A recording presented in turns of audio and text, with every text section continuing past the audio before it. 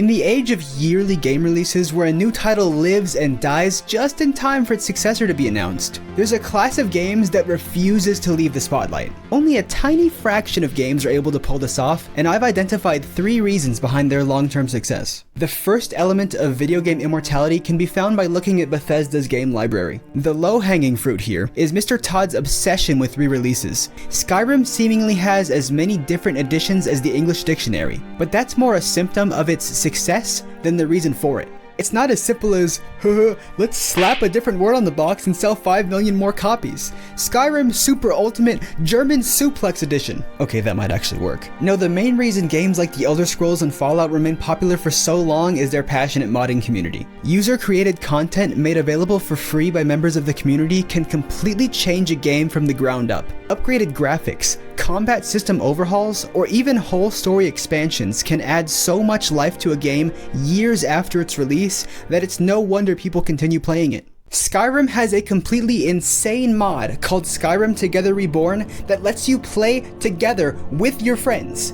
In Skyrim, the fact that a team of players who loved the game came together and managed to create something that I'd only dreamed of as a child is incredible. They put in years of hard work and then gave access to their mod to everyone for free. That's the beauty of the modding community. For Pete's sake, Counter-Strike, one of the most popular FPS games of all time, was created as a mod for Half-Life. I bet you could find a ton of gamers out there these days that know CSGO, but have never even heard of Half-Life.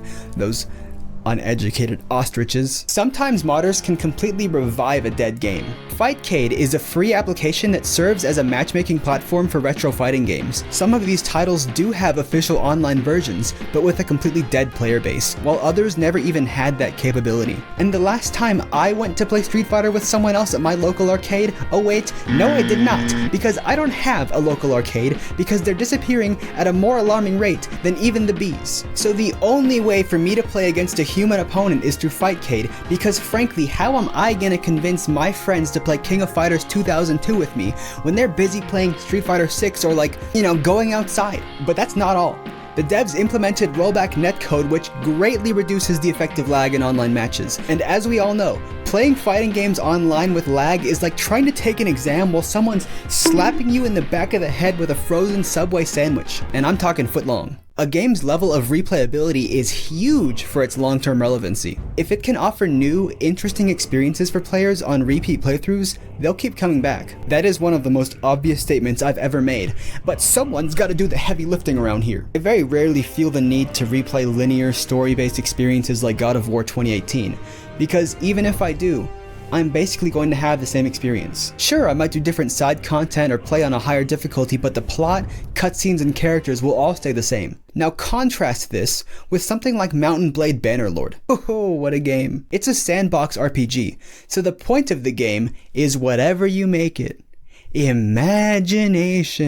Don't copyright me. I started my first playthrough right when it hit early access in March of 2020. I, understandably, wanted to get immersed in a whole different world for a long period of time because frankly the real one wasn't looking so hot. So I decided that I, a peasant, would gain power by playing politics while building a huge army of highly trained soldiers. I consolidated the empire under one faction, crushed the other kingdoms around me by calling on the different lords throughout the empire to join me in long military campaigns while leaving my own army back home, and then defected by declaring I was founding my own kingdom. At that point, I gathered up my vastly superior army, captured all the important rulers whose armies were ripped apart during the conquest I sent them on, and then I had them all executed. Nobody told me to do this. My next playthrough could be vastly different because the game doesn't push you in any direction. It just lets you do what you want to do. But is it going to be different for me? No. Multiplayer games are infinitely replayable because even if you solved the logistical nightmare of playing a match against every single person on planet Earth, you still wouldn't be done with the game. A second match against someone will never go the same as the first. This is the excuse I give when I come in last place in Mario Kart. I spent a stupid amount of time playing Rainbow Six Siege, and let me tell you, even after years, I would still constantly experience new situations all the time. What? How did they find that angle? Huh? You can get up there? It's not that there were constantly new maps, Lord knows that's not the case. And so does Ubisoft.